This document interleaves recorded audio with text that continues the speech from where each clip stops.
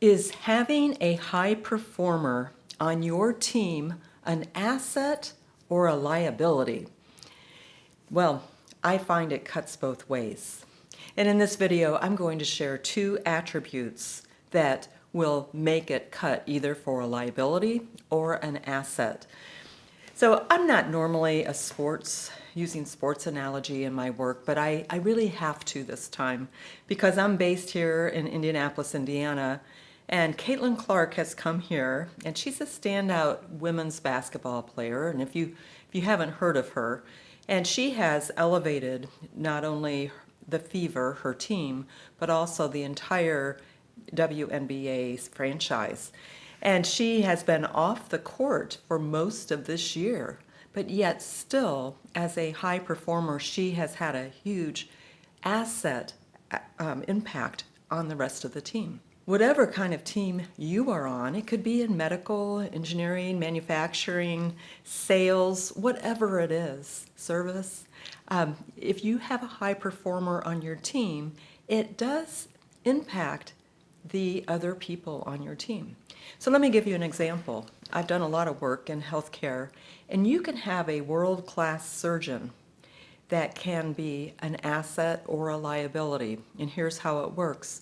Some surgeons can be treating the people in their surgery suite really badly, and it really deflates all of their performance. Or you can have a surgeon that recognizes that every person that is in that surgery suite is so important to the outcome of his surgery, and he elevates all of them. He acknowledges and includes them all in that process. So that's an example, and that can happen on any type of team. So what are the attributes? The first one I want to mention is actually the attribute of the standout player, of the high performer. What is their personality and what are their values? Do they recognize that elevating an entire team helps everyone? Or do they want to be a star performer that really kind of walks all over everybody? And so their personality will be a determinant. And when you have someone that actually is a liability on a team, I like to call those people blockers because they block other people from rising up. So the other aspect is, what is your team culture? And I do a lot of work with people on their team culture, and I get them together and we have a lot of dialogue over how do they want to interact with each other and treat each other. What's important to them on that? And most teams just come together and the strongest personality will define what that culture is.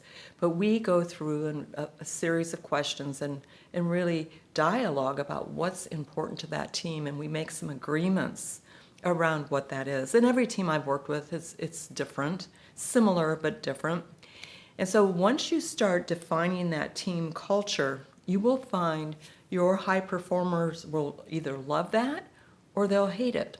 I've noticed that sometimes high performers can decide, I don't want anything to do with this culture stuff, and they'll leave. And without exception, I have also noticed that when they leave, the performance of the entire team elevates. So it's a good thing overall, although scary at the moment. So how about your team? Do you have a high performer on your team that is an asset or a liability?